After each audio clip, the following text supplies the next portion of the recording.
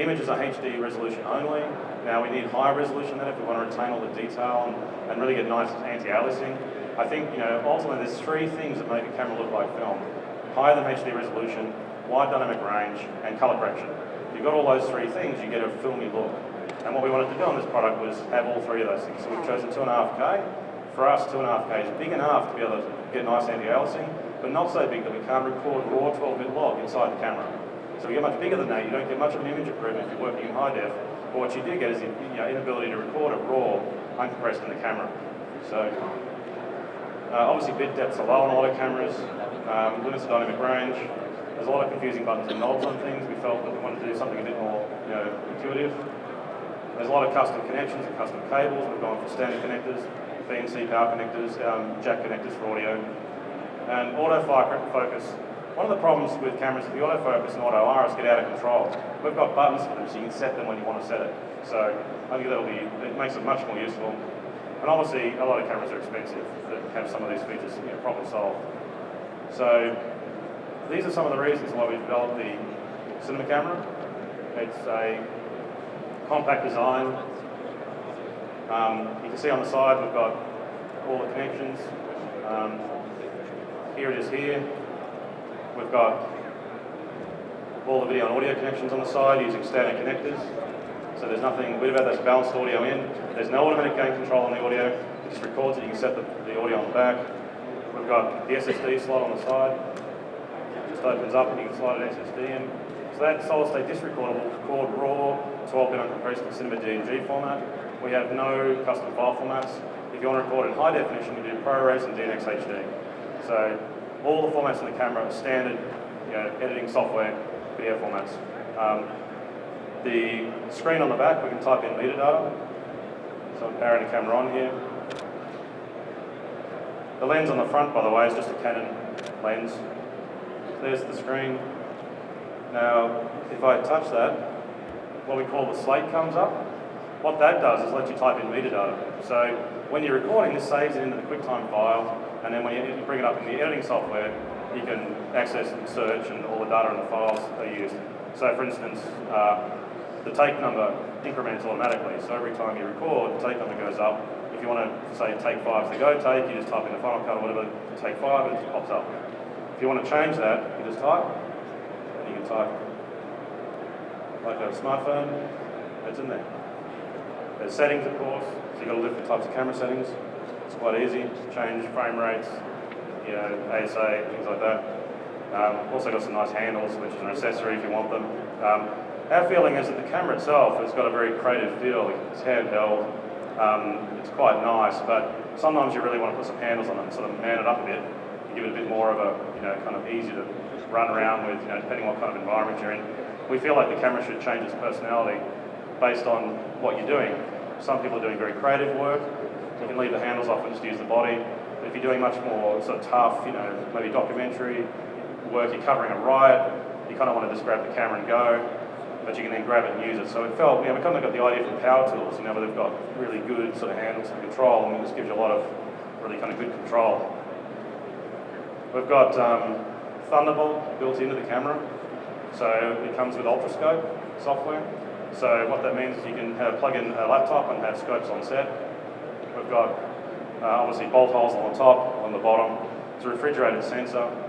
It's 2.5K, 13 stops of dynamic range.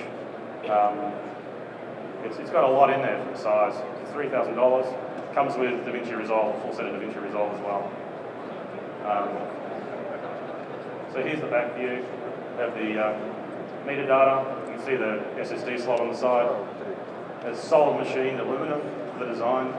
You can see this set window with the settings.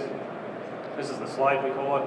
So you can auto increment, shot numbers, things like that. You can type in titles and names. You can search by words and things like that. So it's all designed to make sure that the whole post-production workflow really goes smoothly. And then you can type in as you saw. And there's the settings window. And you can see it's compatible with the EF mount Canon lenses. So you can plug those on, and it controls the iris and focus from the camera. And here's a good example of, when we thought about cameras, we thought about the fact that there's almost 3 different ways people relate to cameras. If you think about people's relationships with the camera, there's a very kind of creative relationship, which is small, intimate, kind of doing creative work. But then there's kind of a more of a studio look. So we had a little sun visor made that, when you pop that on a tripod, like you can see over there, it sort of makes it more like a studio camera. And then there's the sort of rugged style of, I'm running down the street, I'm covering news or whatever I'm doing, and that kind of creates more of a, really firm control sort of thing. So we feel like we've kind of covered, in some ways, the three personalities about the way people actually relate to the camera. And there's three almost, different ways the personality of the camera can be modified to suit those three different ways. So you can see here the handles. So to give you an example, this is a shot with a DSLR camera, and this is the difference in contrast range. And if you look at the windows, and you look at her dress, this is what you'll typically get. Now, it's not a bad shot, it's a nice shot. But what you get is, you can see there's lack of detail on the dress, and the dark blacks are too dark, and the whites are too white. So there's a lot of contrast range. The skin looks flat, and the hair, it's quite difficult to see the hair because the hair's shot down. Now, we've tweaked this camera to try and get more dynamic range off it, but still, this is the kind of problems you get with regular video cameras, and this is a DSLR, which is obviously doing a nice job, but you can see it's having a problem with the blacks and the whites, and you can't really do much. You can't go dark, you can't go brighter. You've lost both ends because of the dynamic range. This is an ungraded clip from the cinema camera. Now, it's not graded yet, but you can see the effect of dynamic range. You've got all the content out the window. You can see her dress, you can see her hair. So when she comes in the shot, obviously you're sitting a bit far back, but you can see the detail in her dress. You can see hair, the detail. You can even see texture in the skin. You can see all the content out through the windows, outside. So when the shot's graded and it's sort of brightened up a bit, then you've got a lot of control because you've got all the detail on the black, you've got all the detail on the white. And I think the most important way to make film-looking material is that wide dynamic range. And so I think what we've done is we've combined the three things that are important, which is wide dynamic range, higher than HD resolution, and color correction. Because DaVinci comes with it, and you've got the whole combination. So what we should have is some nice content to feed into DaVinci. So that's the Blackmagic cinema camera. It's worth coming up and have a look and have a play. I think it's pretty important. I think we've done everything into one product. It's not like here's a product with $20,000 worth of accessories. It's a product that does what it does. We've got ability to go and add higher frame rates and maybe more resolution later. It does more than what we're sort of talking about now.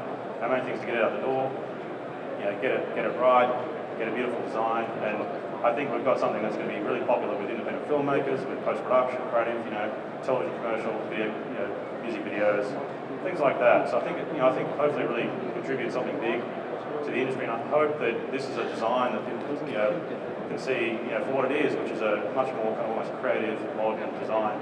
And it's very comfortable to use. You should have a try holding it. It's quite nice. Gear uses jack connectors now. XLRs are actually dying off a bit.